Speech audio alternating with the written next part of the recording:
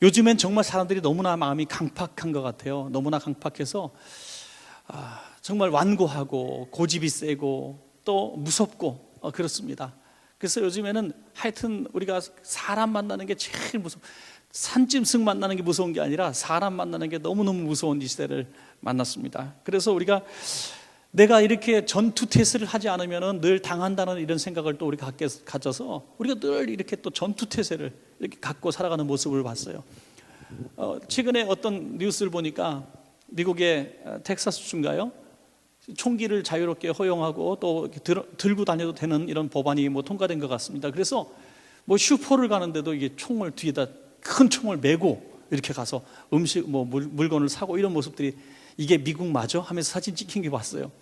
그럼 무시무시한 세상에서 누가 발 건드리면은 이걸 탁 들여놓으면 어떻게 쏘면 어떡하겠어요? 그런 무시무시한 세상에서 지금 살아가서 그런지 늘 긴장하고 하여튼 내 생명 내가 지키자 그런 주의로 늘 조심한 것 같습니다. 그러다 보니까 더 화가 차 있고요.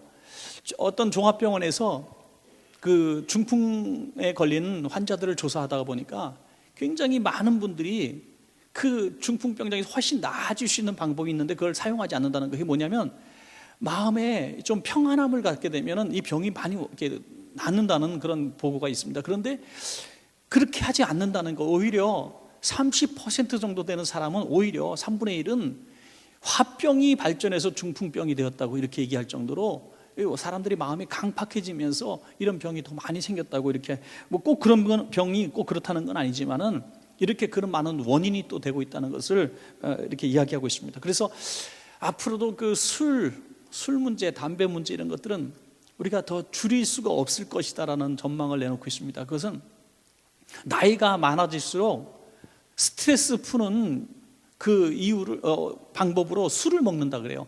20대가 한 20여 %라면 30대는 30%, 그리고 50대 이상은 46%가 스트레스 받으면 뭐 하시겠습니까? 화가 나면 뭐 하겠습니까? 술 먹어요. 이렇게 얘기했어요. 그러니까 술로 푼다는 거예요. 외로워도 힘들어도 억울해도 술로 풀기 때문에 술이 앞으로 이렇게 줄을 것 같지는 않을 것 같아요. 그런데 이 술로 풀어봐야 끝에 결국은 뭐가 되겠습니까? 그 알코올 중독이 되고 자기 몸에 질병을 짊어지게 되고 사회적인 많은 어떤 문제를 낳게 되는 게 바로 술 문제가 아니겠습니까?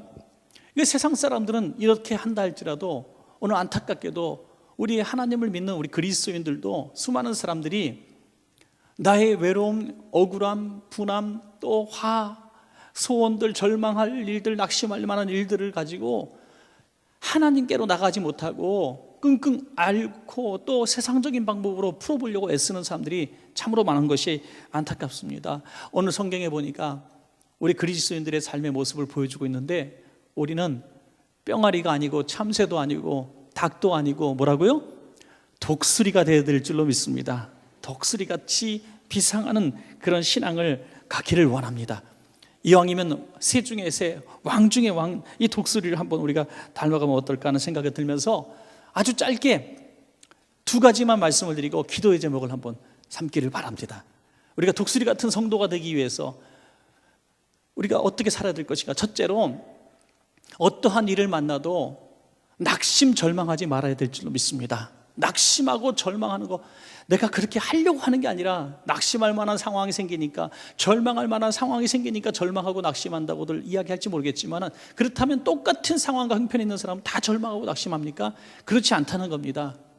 약한 새는 조그만 바람이 불어도 넘어지고 날지 못하지만 큰 독수리는 그 엄청난 날개를 펴서 바람을 타고 날아간다 그래요. 그처럼 낙심할 것이 아니라 그 상황과 형편들을 이 힘으로 이겨내는, 그것을 잘 타가는 모습을 보게 되는 거죠. 그러니까 부딪히고 깨지고 하는 게 아니라 그 바람을 탄다는 것입니다. 독수리 같은 성도는 세상이 아무리 우리를 공격해도, 아무리 우리를 낙심을 줘도 낙심을 안 하는 거 어떻게 해요, 여러분?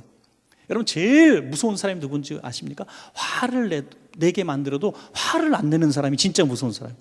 약 올려도 약 올리지 않는 사람, 웃겨도 안 웃는 사람, 정말 얄미워요.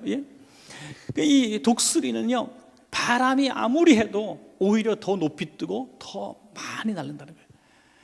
여러분, 이 독수리가 얼마나 힘이 좋아서 나르는가요? 아니라는 거예요. 독수리도 자기 날개가 무거워가지고 죽겠대요. 독수리한테 물어보니까 자기 날개가 힘들어가지고 이거 좀 미용실 가서 좀 쳐냈으면 좋겠는데, 하여튼 그 태생이 그거라서 달고 다니는데 엉금 걷는 거 보면 날개에 막 넘어질 것 같아. 그런데 언제 빛을 발하냐? 창공에 높이 올랐을 때 참새처럼 까딱까딱까딱 이렇게 안 해도 이게 바람을 타고 날아간다는 거예요. 독수리 같은 성도라고 하는 것은 떨어지지 않습니다. 절대로 낙심하지 않습니다. 오히려 바람을 타고 더 높이 비상하는 그런 신앙을 갖게 되는 것이죠. 오늘 함께 읽으신 이사야서 40장의 배경은 바벨론 포로기에 낙심해 있고 실망해 있는 백성들을 배경으로 하고 있다고 얘기합니다. 그래서 너무 정말 힘들고 고달프고 정말 어떻게 하면 빨리 우리 고국으로 돌아갈 것인가 기대하고 소망했지만은 아주 오랜 시간 주님이 약속하신 날짜가 차기까지는 돌아갈 방법이 없는 것입니다. 그래서 기도하다가 또 하나님께서 이미 선지자를 통해서 반드시 회복시키겠다, 고향으로 돌아가겠다는 약속의 말씀이 있었기 때문에 그거를 내가 내려놓지는 않았지만은 응답이 오늘 이루어지지 않는 겁니다. 여러분, 오늘 사랑하시는 우리 원천 성도님들, 저는 여러분들이 분명히 하나님이 계신 것을 믿고, 또 하나님이 여러분들이 기도하실 때, 어떤 문제를 갖고 기도하실 때 그 응답도 여러분들이 붙들고 있는 것은 저는 조금 더 의심하지 않습니다. 그 여러분 다 믿는 줄로 믿습니다. 갖고 계세요. 믿고 있습니다. 그런데 힘든 것은 하나님은 몇년 몇 시 내가 택배 배달하겠습니다 이렇게 말씀하시면 참 좋은데, 하나님의 약속은 때와 시기가 아무도 모르는 거예요. 응답의 때를 우리가 모르는 것입니다. 그래서 너무 힘든 거예요. 그게 정해져 있는 시간 같으면 참 좋을 텐데, 정해져 있지 않는 시간에 하나님의 때에 하나님의 응답하신다는 겁니다. 그래서 우리는 낙심하게 되는 거예요. 분명하게 언제 주시겠다고 하는 약속만 내가 믿고 받을 수 있다면 기다릴 수 있잖아요. 그 기다림이 너무나 힘든 것이죠. 그래서 낙심하게 되고 나중에 의심하게 되고 불평하게 되고, 이것이 불신앙으로 떨어지게 돼요. 여러분, 낙심이 왜 무섭냐면요, 낙심하면은 믿지 못하게 되거든요. 믿지 못하게 되면 하나님의 약속이 이루어지지 않는다는 것입니다. 약속은 분명히 주셨는데 이 약속은 우리가 믿기만 하면 이루어질 줄로 믿습니다. 응답은 믿으면 이루어지는 거예요. 그런데 낙심이 되기 시작하면 우리가 그것이 의심하게 되고, 의심하게 되면 믿지 못하는 자에게는 절대로 응답이 이루어질 수 없습니다. 그래서 낙심하고 있는 이 백성들을 향해서 이사야서 오늘 40장 27절에 야곱아 어찌하여 내가 말하며 이스라엘아 내가 이르기를 내 길은 여호와께 숨겨뒀으며 내 송사는 내 하나님에게서 벗어난다 하느냐. 왜 낙심하고 하나님이 왜 듣지 않는다고 불평하느냐고 책망을 하시는 것입니다. 여러분, 우리가 하나님 앞에 의심하면, 낙심하면 하나님이 위로해 주지 않습니다. 낙심한 성도에게 위로하시는 것이 아니라 고통받고 힘겨워하는 성도를 위로하시는 것이지, 낙심하고 불신앙하는 성도를 위로한다고 말씀하지 않습니다. 낙심하고 불신앙하고 불평하면 책망이 있습니다. 책망.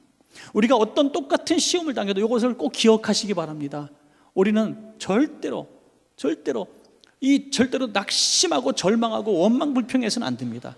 똑같은 상황에서 너무 힘들고 너무 지치고 너무 견디기 힘들고 너무나 하나님의 그 응답이 더디게 와서 도저히 인간적으로 참을 수, 저는요 그 믿는 사람도, 믿음이 아주 좋은 사람도 우울증도 걸릴 수 있고 공황장애도 걸릴 수 있다고 저는 분명히 생각을 합니다. 왜냐하면 이건 질병이에요. 질병. 이거는 뭐 믿음 없어서 기도 안 해서 걸리는 병이 절대 아닙니다. 여러분, 세상이 너무 힘들거든요. 너무 힘드니까 내가 견디는데 지쳐버려요. 여러분, 체력이라는 게 한계가 있잖아요. 노동을 이렇게 몇 시간 합니다. 그러니까 저 같은 경우는 참 목사 되기를 정말 잘한 사람이에요. 제가 일용 노동직을 하면은 하루 가고 한 달을 쉬어야 돼. 저는 살 수가 없는 사람. 전에 한번 눈이 와가지고요, 눈을 치운다고 또 모범을 보인다고 제가 장갑 타고, 제가 하니까 또 부목사님들 따라 나오잖아요. 그게 한 2년 전 3년 전 얘기입니다. 잠깐 치우고선 한 일주일은 그냥 힘들어가지고 뭐 어디게 자꾸 아픈 거예요. 몸이 보니까 눈 치워서 그런 거예요. 야, 눈 올 때는 눈치를 보고 그냥 집에 가야겠더라고요. 그 눈치 치지 말고 눈치를 보고. 그러니까 이게 굉장히 힘드니까, 내가 이왕이면 내가 믿음이 있는 사람, 믿음으로 마귀들과 싸우려, 눈들과 싸울지라 하면서 내가 막 찬양 부르고 한다 할지라도 힘든 건 힘든 거예요. 그럼 내가 쓰러지는 거잖아요. 이게 체력이잖아, 체력. 그러니까 우리가 아무리 기도 많이 하고 아무리 내가 몸부림을 쳐다요, 삶이 너무 힘들고 수익은 없고 애들은 삐약삐약거리고 학원비 달라고 그러고 맛있는 거 사달라고 그러고 집은 방 빼달라고 그러고 월세 올린다고 그러고 남편은 실직하고 집에 앉아있고 그런 환경이 계속 지속되면요, 누구든지 다 이 정신적으로 온전해질 수가 없는 거예요. 그때 오늘 이 말씀을 기억하시기 바랍니다. 낙심하거나 절망하거나 불신앙적인 원망불평하면 희망이 없습니다. 그런 상황이 왔을 때 똑같은 상황이라 할지라도 하나님 저 힘듭니다, 저를 도와주세요라고 국리에 계시는 주님 앞에 부르짖어 기도하시기 바랍니다. 여러분, 분명히 방향이 다른 거예요. 각도가 분명히 다른 겁니다. 원망하고 불평하고 낙심하는 것은 누구나 할 수 있는 일입니다. 그건 세상적인 누구나 할 수 있어요. 그러나 믿음의 사람, 하나님이 원하시는 것은 그럴수록 더 하나님을 향해서 믿음으로 부르짖고 금식하고 몸부림치면서 하나님 앞에 기도하라고 주님은 말씀하고 있는 것입니다. 다윗은 너무나 고통스러운 상황 가운데서 시편 22편을 지었는데요, 이렇게 22편 1절에 이렇게 말씀하고 있어요. 내 하나님이여, 내 하나님이여, 어찌 나를 버리셨나이까? 어찌 나를 멀리하여 돕지 아니하시며 내 신음소리를 듣지 아니하시나이까? 다윗이 얼마나 힘들었으면 왜 나를 버리셨습니까? 왜 나를 버리셨습니까? 왜 멀리 가셔서 나를 돕지 않으시고 내가 그렇게 끙끙 앓고 있는데 신음소리를 듣지 않으십니까? 하나님, 다윗은 하나님의 마음에 합한 사람이라고 그랬어요. 하나님의 너무 사랑받는 품 안에 있는 자식 같은 사람인데 하나님이 외면하시는 것처럼 여겨졌다는 겁니다. 이게 낙심할 만한 상황이 아니면 무엇이겠습니까? 그러나 그는 어떻게 이겨냈습니까? 22편 1절에 그렇게 말씀하시는데 그 끝부분인 24절에 보니까 이렇게 바뀌었어요. 그는 누구신가? 곤고한 자의 곤고를 멸시하거나 싫어하지 아니하시며 그의 얼굴을 그에게서 숨기지 아니하시고 그가 울부짖을 때에 들으셨도다. 아멘. 안 듣는 것 같고 외면하시는 것 같고 나를 버리신 것 같을 때는 울부짖어 기도하라 이거예요. 울부짖어. 그러면 주님께서 찾아와 주실 줄로 그렇게 믿습니다. 여러분, 우리 인간의 사랑 중에서 가장 큰 사랑을 어머니의 사랑으로 얘기할 수 있잖아요. 하나님은 천사를 대신하여 수호신으로 엄마를 주셨다, 그런 얘기가 있어요. 그 엄마가 얼마나 우리에게 소중한 사람들입니까? 그런데 그냥 이 SNS나 매스컴이 발달하지 않았을 때는 이 성경 구절이 이사야 49장 15절이 사실 잘 이게 왜 쓰셨을까 할 정도로 이해를 못했을지 모르겠어요. 왜냐하면 엄마 사랑이면 너무 대단한데 엄마가 우리를 버릴지라도 이런 말씀이 나오니까 버리는 경우가 있을까? 근데 하나님은요 21세기를 아셨나 봐요. 요즘에는 부모가 너무너무 자식들을 학대하고 하루가 멀다 하고 자식을 살해한 부모 이야기가 나오고 정말 이 끔찍해서 말이 안 나와요. 말이 안 나와. 참 별의별 방법으로 다 자식들을 버리고. 그래서 오늘 뉴스 보니까 여러분들 요즘에 좀 생활비 어려우신 분들을 신고 포상제 있으니까 이웃집 잘 봐갖고 학대하는 사람 신고 2억 원까지 준대. 2억 원까지. 2억 원 별로 신고 별 큰 돈 아닌가요? 하여튼 옆집에서 신고하래. 이제 옆집에서 애들을 너무너무 학대하는 집안이 많기 때문에 정부가 관리를 할 수가 없는 거야. 그래서 신고하면 경찰이 가서 잡겠다는 거예요. 신고 포상제 2억 원을 걸었어. 이 정도로 부모가 자식을 버리고 때리고 함부로 하는 이 시대에, 이런 시대에 어머니의 사랑, 아버지의 사랑을 어떻게 하나님의 사랑과 견줄 수 있겠습니까? 그래서 그렇게 말씀하시잖아요. 여인이 어찌 그 젖먹는 자식을 잊겠으며 자기 태에서 나는 아들을 긍휼히 여기지 않겠느냐. 그들은 혹시 잊을지라도 나는 너를 잊지 아니할 것이라. 그런 날이 온다 할지라도. 여러분, 이 말씀이요 그냥 우리 같은 사람, 평범한 사람에게는 그렇게 큰 감동이 없을지도 모르겠어요. 그러나 이 시대에, 현 시대를 살아가고 있는, 동시대를 살아가는 수많은 사람들이 부모로부터 학대를 받은 경험을 가지고 있고 버림받은 경험을 가지고 있다는 거죠. 너무나 폭력적인 부모님을 만나고 너무나 자식들에 대해서 소홀히 여기는 부모들이 너무나 많은 시대에 끔찍한 트라우마를 안고 사는 수많은 지금 기성세들이 이 시대를 살아가고 있다는 것입니다. 그런 분들에게 오늘 이 말씀이 얼마나 힘이 될까요? 네 부모는 너를 버릴지라도 나는 너를 버리지 아니하리라. 얼마나 위로가 되겠습니까? 사랑하신 여러분, 내가 믿는 어떤 사람이 우리 부모님처럼, 우리 엄마처럼 나를 도와줄 수 있는 사람이 있겠습니까? 제가 병원에 가서 보니까요, 좀 나이가 들건 젊건 어린애건 간에 아파서 병원에 입원하면요, 그 형제들이나 친구들이나 삼촌, 오빠, 동생, 이모든 딱 와서 그 버티는 시간이 딱 한계가 있는데, 그래도 끝까지 버티고 있는 분은 엄마더라고. 보니까 엄마예요. 예.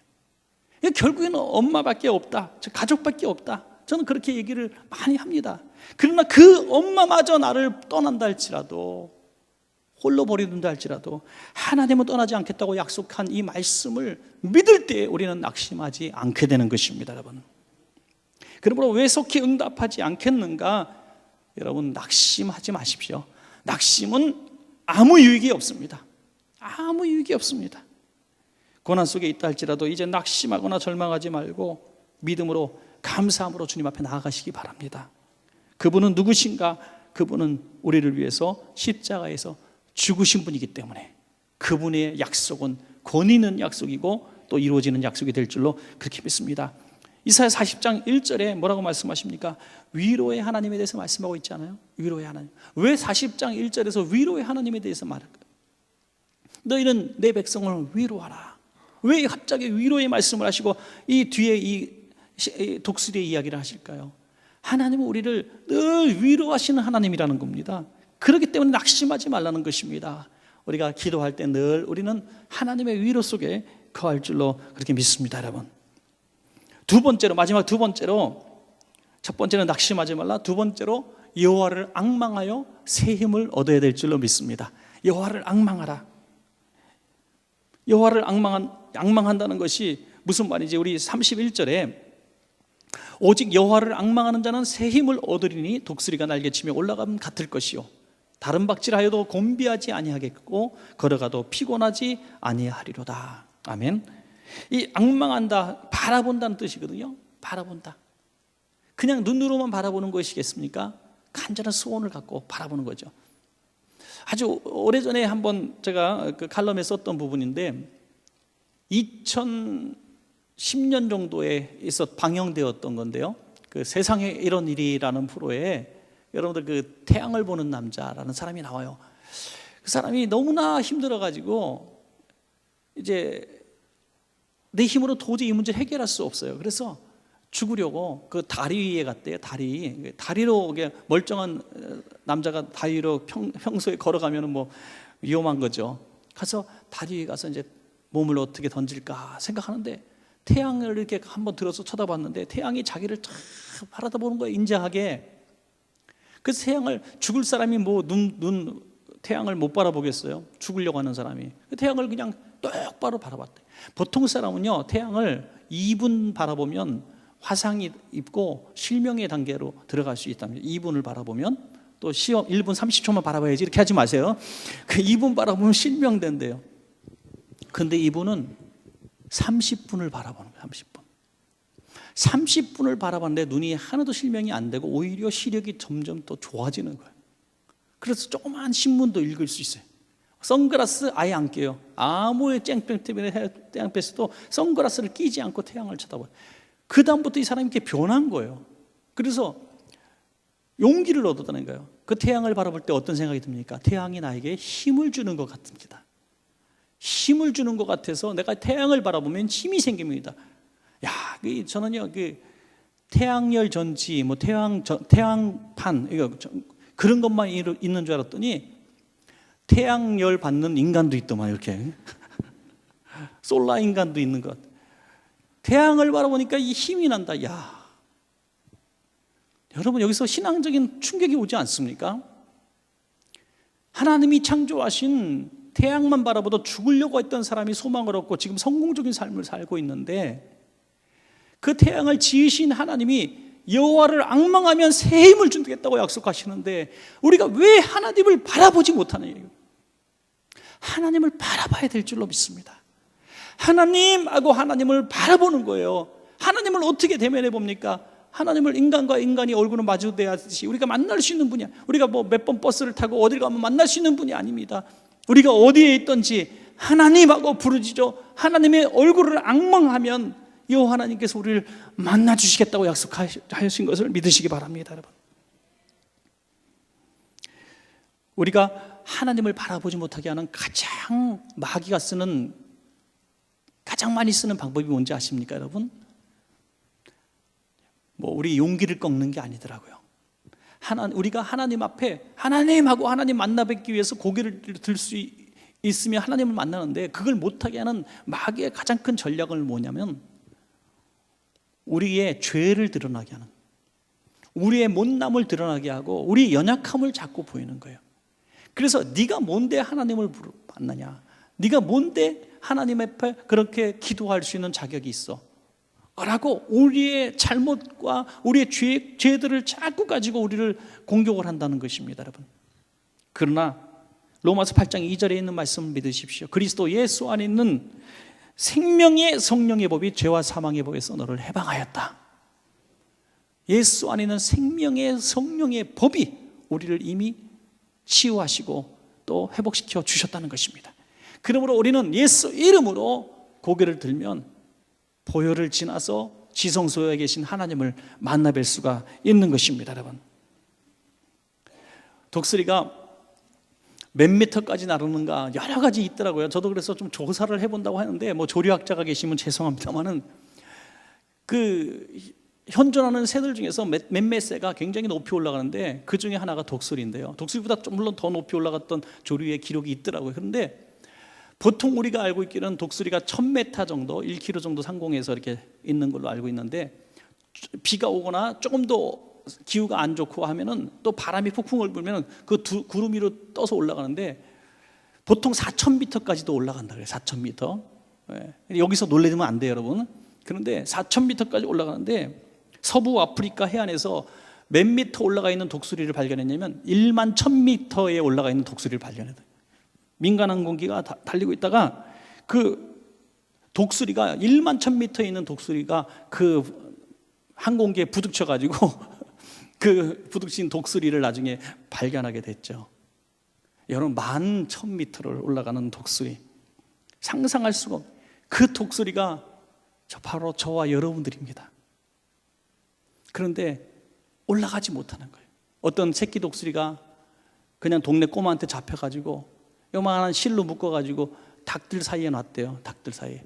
그러니까 병아리처럼 닭이 지 엄만 줄 알고 쭉쭉쭉쭉 돌아다니면서 주는 모이 먹고 병아리하고 싸우고 막 그래요. 나중에는 등치가 이만해가지고 날개가 자기 몸을 짓누르고 있는데도 날개가 다 그냥 날지 못하고 엉망이 됐는데 날아가지 않는다는 거예요. 그래서 독수리한테 야, 닭이 물어봤대요. 여기는 닭집이니까 너가 너무 크니까 넌 독수리니까 날아가라 그랬더니 여기가 너무 정들어서 못 간다고 전해다오 그랬대.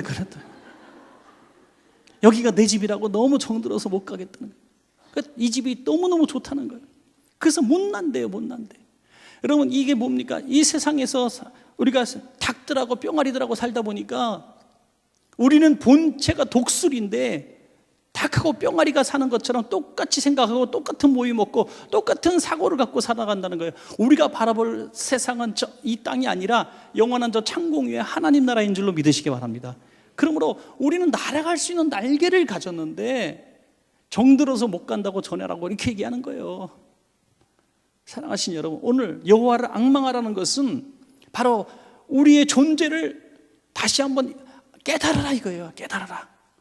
우리는 세상의 문제 때문에 모이나 쪼먹고 그것 때문에 울고 웃는 사람들이 아니라 창공을 향해서 막 올라가서 내려다보면 그 조그만 거, 여러분 높은 빌딩이나 산데 올라가서 보면은 그 뭐예요? 조그만 사람들만 보이죠. 조그만 사람들.